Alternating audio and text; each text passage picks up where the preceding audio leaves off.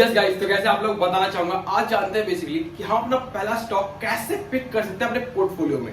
ये बहुत बड़ा कंसर्न होता है। सर हम सब कुछ जानते हैं, हमें सपोर्ट पता है, रेजिस्टेंस पता है, बट लेकिन मैं किसी स्टॉक के पीछे जब देखता हूँ, किसी स्टॉक को एनालाइज करता हूँ, तो मुझे लगता है इस स्टॉक से अच्छा ये स्टॉक है, ये स्टॉक से अच्छा ये स्टॉक है, तो मैं कभी किसी स्टॉक को पिक ही नहीं कर पाता। सिर्फ बहुत सारे कंसर्न है, या फिर वो न्यू यूजर्स जो इनको की पता है स्टॉक मार्केट है, अच्छा खासा इन्वेस्टमेंट करते हो, अच्छा खासा प्रॉफिट होता है, बट मुझे ना स्टॉक मार्केट में एंट्री लेनी है और मुझे स्टॉक पिक करना नहीं आता, पोर्टफोलियो बनाना नहीं आता। तो उसके लिए भी बिल्कुल आसान सी वीडियो है, अच्छे से जान पाओगे कि बेसिकली है क्या और स्टॉक मार्केट में कैसे आप एक स्टॉक को पिक कर सकते हो। बिल्कुल बताऊंगा, जीरो से लेकर के हीरो बनाऊंगा बिल्कुल इस स्टॉक मार्केट वीडियो में, और बता पाऊंगा कि कैसे आप एक स्टॉक को एनालाइज करके अपना वैल्यूएशन के साथ कैसे आप पिक करोगे और बिल्कुल अंडर वैल्यूड एंड उसके ऊपर कितना अच्छा प्रॉफिट कमा सकते हो, एंड लॉन्ग टर्म इन्वेस्टमेंट में कैसे आप उसके ऊपर प्रॉफिट और भी ज्यादा जनरेट कर सकते हो। राइट, तो स्टार्ट करते हैं और बेसिकली जानते हैं बेसिकली कि स्टॉक मार्केट में है क्या एंड स्टॉक मार्केट में हम पहला स्टॉक पिक कैसे करें। राइट, देखो पहले how to select first stock. तो यार देखो, मैं एक बात बताऊं आपको, इस चीज को हटा के बोलते हैं कि हम पहले एक चीज जानते हैं कि यार देखो स्टॉक मार्केट रिस्की है कि नहीं।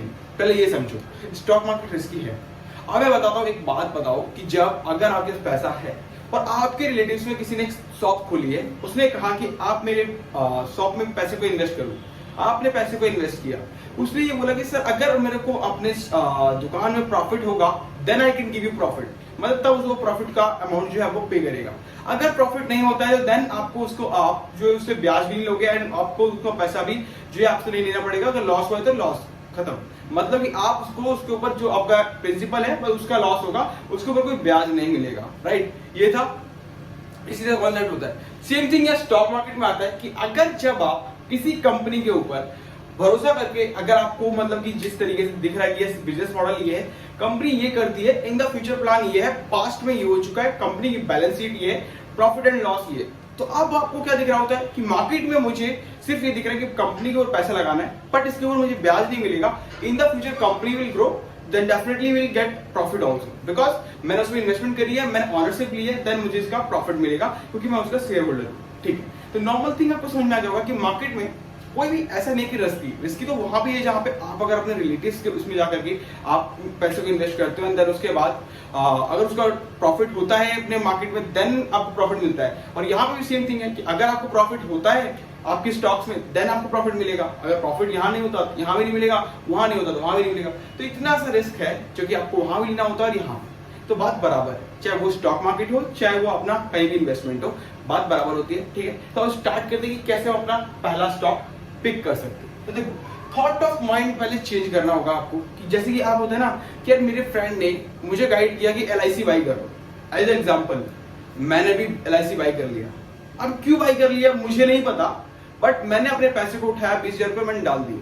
बट क्यों डाले, इसके पीछे कारण होना चाहिए ना, कि अगर मुझे मेरे फ्रेंड ने बोला LIC बाई कर ले, बट LIC क्यों बाई कर लूं, मेरे को कोई कारण, कोई चीजें है क्या, थॉट ऑफ माइंड मेरा कहता है कि LIC बाई करना चाहिए, कोई कारण है कि वो 52 वीक लो पे है, या फिर कंपनी का शेयर होल्डिंग बहुत ज्यादा है, कंपनी बहुत बड़ी है, कंपनी जो है डोमेस्टिक इन्वेस्टर्स में आती है इसलिए मैं बाई कर लूं, या फिर कंपनी का इंश्योरेंस सेक्टर में बहुत ज्यादा प्लांट्स हैं, मतलब कि बहुत ज्यादा स्कोप है तो मैं इसलिए बाई कर लूं। कोई भी थॉट ऑफ माइंड नहीं था, हमने सिर्फ उठाया LIC को बाई कर लिया। क्यों बाई कर लिया, इस थॉट ऑफ माइंड को चेंज करो पहले, कि बेसिकली हमें किसी कंपनी को अगर पिक करना है तो क्यों करना है, हमारे पास एक कंसर्न होना चाहिए कि अगर मान लो कि मेरा फ्रेंड आगे कल कह दे आप अडानी विल्मर बाई कर लो इसी प्राइस से जो करंट मार्केट में चल रहा है, सर मैं क्यों बाई कर लूं, ये ओवर वैल्यूड है या फिर अंडर वैल्यूड है, या फिर करंट मार्केट प्राइस बिल्कुल सेम चल रहा है, मुझे कैसे पता होगा, कि मुझे पता ही नहीं। और जो मेरे फ्रेंड ने बोला है, मेरे को किसी ने गाइडेंस दी, उसके ऊपर मैं क्यों चला जाऊं, जब तक मैंने खुद से नहीं देखा मैं क्यों करूंगा किसी चीज को। राइट, इसी को पहले माइंड ऑफ थॉट समझो कि मुझे किसी स्टॉक को पिक करने से पहले क्या सोचना है।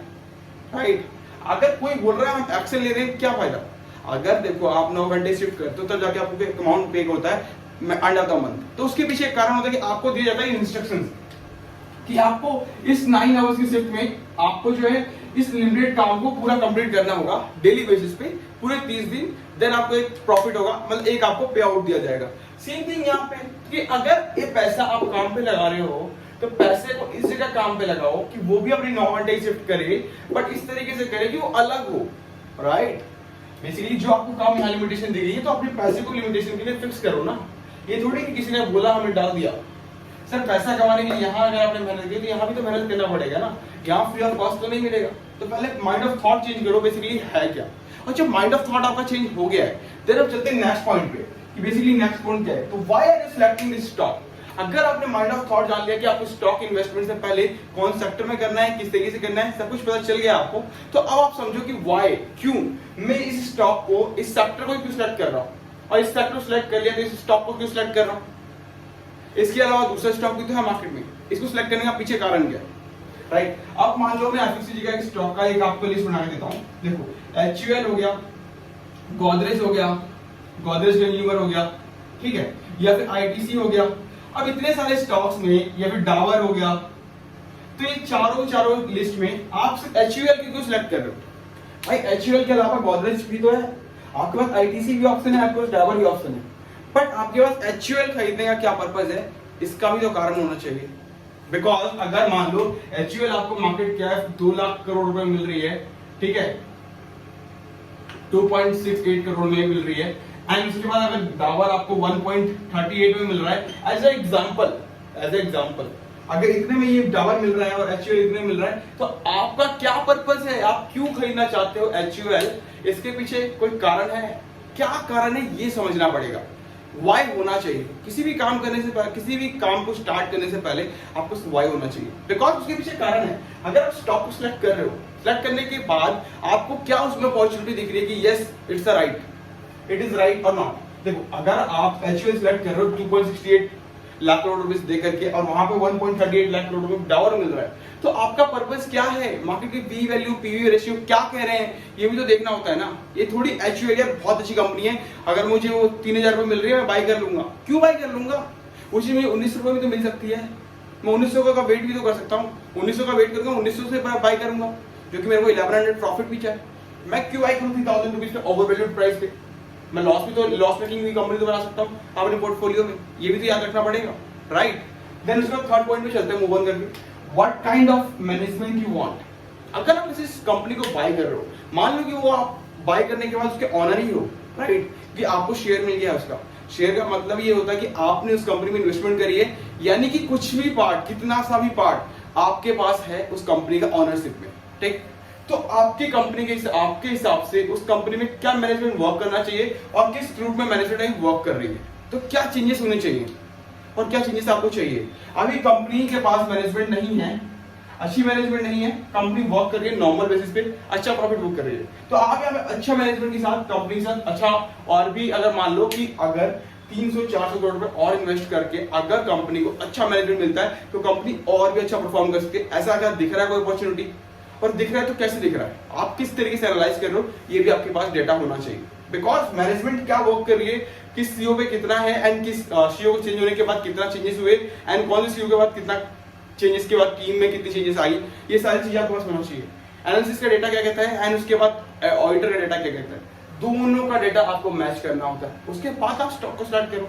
सिलेक्ट करने में कोई दिक्कत नहीं है, रिस्क है, रिस्क को खत्म करने के लिए तो है। आप 9 से 6 की शिफ्ट करते हो, तो 9 घंटे से जो आप 9 घंटे की शिफ्ट करने के बाद, मैं ये नहीं कहता कि आप अपने 9 घंटे के बाद आप एक स्टॉक मार्केट का एक रिस्क लेकर के अपने सर में सरदर्दी पालो। बिकॉज आपको अगर इसका सब कुछ पता है तो आपके लिए रिस्क खत्म, आपके पास रिस्क इजी हो गया ना सर। इस पांचों चीजों को अगर आपके पास पता है आपको, तो देन आपका रिस्क तो जीरो है, मुश्किल से 0.11% हो गया। बिकॉज आपको कंपनी का फंडामेंटल पता है, सब कुछ पता है। अब वो तो ये है कि कंपनी अगर गलत हो जाए तो कुछ भी अलग है, राइट। कोई फाइनेंशियल क्राइसिस आ जाए कल, हम नहीं जानते ना, तो वो तो अलग हो गई। बट अगर सब कुछ हमें क्लियर है तो क्लियर कट में तो हम चल ही रहे हैं। अब अलग कुछ हैपन होता है देन उसके हिसाब से एक्शन ले सकते हैं। बट अगर क्लियर कट ही नहीं पता तो एक्शन बहुत दिक्कत हो जाएगी ना, कि यार आज मेरा पोर्टफोलियो नेगेटिव में है, अगले दिन मेरा पोर्टफोलियो पॉजिटिव में है, फिर यार पॉजिटिव में जा नहीं रहा, मार्केट बहुत ऊपर आ गया है, बहुत सारे कंसर्न हो जाते हैं। तो पहले समझो कि बेसिकली है क्या। जब बेस कम मजबूत होगा तो घर अच्छा बनता है, सिर्फ बेस मजबूत होगा तो पोर्टफोलियो अच्छा बनेगा, और पोर्टफोलियो अच्छा बनेगा तो देन हमारा ग्रोथ भी अच्छी मिलेगी, राइट। तो देखो अब मूव ऑन करते हैं फोर्थ पॉइंट पे। तो प्राइस ऑफ वैल्यूएशन मतलब और कंपेयर टू अदर स्टॉक। अब मान लो कि मैंने सेम चीज आपको बताई कि अगर मैं किसी स्टॉक को बाय कर रहा हूं, नाइका मैंने बाय किया 72,000 करोड़ रुपए में, उसी जगह पे मुझे बॉम्बे स्टॉक एक्सचेंज 10,000 करोड़ रुपए मिल रहा है, मैं 10,000 करोड़ रुपए में एक पूरा स्टॉक एक्सचेंज खरीदूं या नाइका खरीदूं 72,000 करोड़ रुपए में? आपको क्या लगता है? आप एक कमेंट करके बताइएगा कि नाइका खरीदना चाहिए या फिर बीएसई खरीदना चाहिए। क्या आपको अच्छा लगता है? दोनों में से कौन से स्टॉक बेस्ट है जो कि मैं खरीद सकता हूँ? एक पूरा एक्सचेंज मुझे मिल रहा है, प्लस सीडीएसएल भी खरीद सकता हूँ, प्लस उसके बाद मुझे डीसीबी बैंक भी मिल जाएगा, और भी पैसा 30,000 करोड़ रुपए मैं घर भी ले जाऊंगा।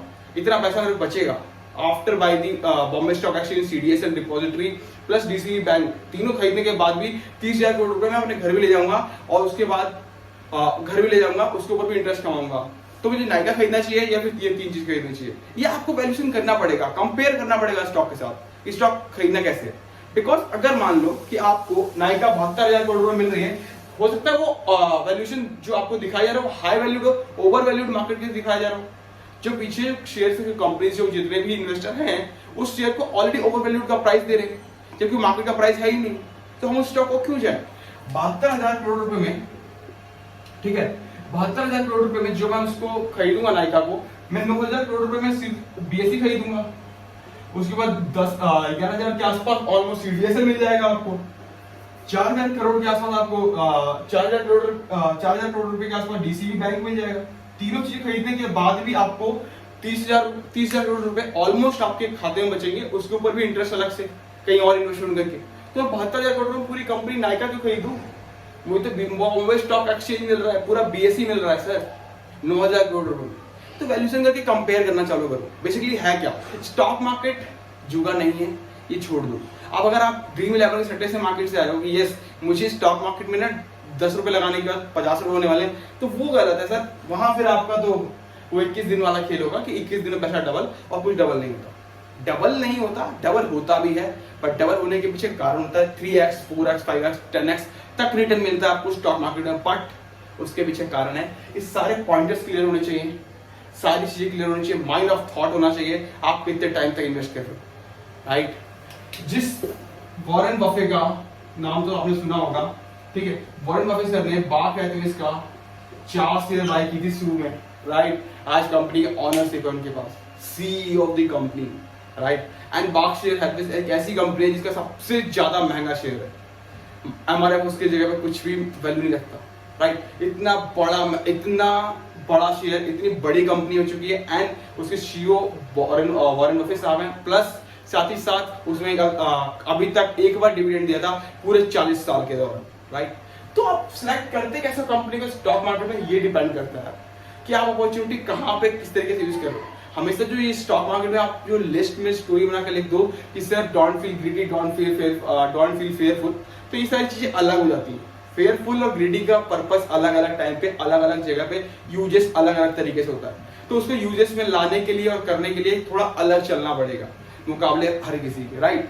जब अगर ये आपको प्राइस वैल्यू से समझ में आ जाए, देन आप एक अपना स्टॉक स्टार्ट कर सकते हो। यस, मैंने 3 चीज में से ये 3 सिलेक्ट किए, नाइका को मैंने छोड़ दिया, नाइका मैंने सिलेक्ट नहीं किया, और इन तीनों चीजों को मैंने बाय किया, देन मुझे एक अच्छी खासी वैल्यूएशन मिली। कुछ स्टॉक्स ऐसे होंगे जो वैल्यूएशन से देखना पड़ेगा, कुछ स्टॉक्स ऐसे होंगे जिसको आप पी वैल्यू से देख सकते हो, कुछ स्टॉक्स ऐसे होंगे जो डिविडेंड से देख सकते हो, कुछ स्टॉक ऐसे होंगे जिनको आप एनपीए एंड बैंकिंग के जितने भी सेक्टर के स्टॉक होंगे, एनपीए देखना पड़ेगा आपको, उसकी क्विक रेशियो देखना पड़ेगा, बहुत कुछ देखना पड़ेगा, प्लस में कासा देखना पड़ेगा, ये सारी चीज बैंकिंग स्टॉक में देखना पड़ेगा। प्लस कुछ ऐसे स्टॉक होंगे जिसमें कि आपको मार्केट के हिसाब से देखना पड़ेगा कि यस मार्केट का अभी स्लो डाउन है, जैसे होटल इंडस्ट्रीज।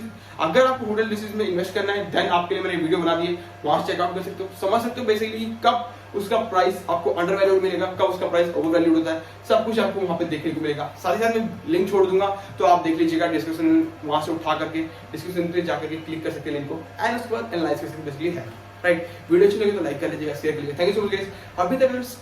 अगर अभी तक आपने पेज को सब्सक्राइब नहीं किया तो सब्सक्राइब कर लीजिएगा। मिलते हैं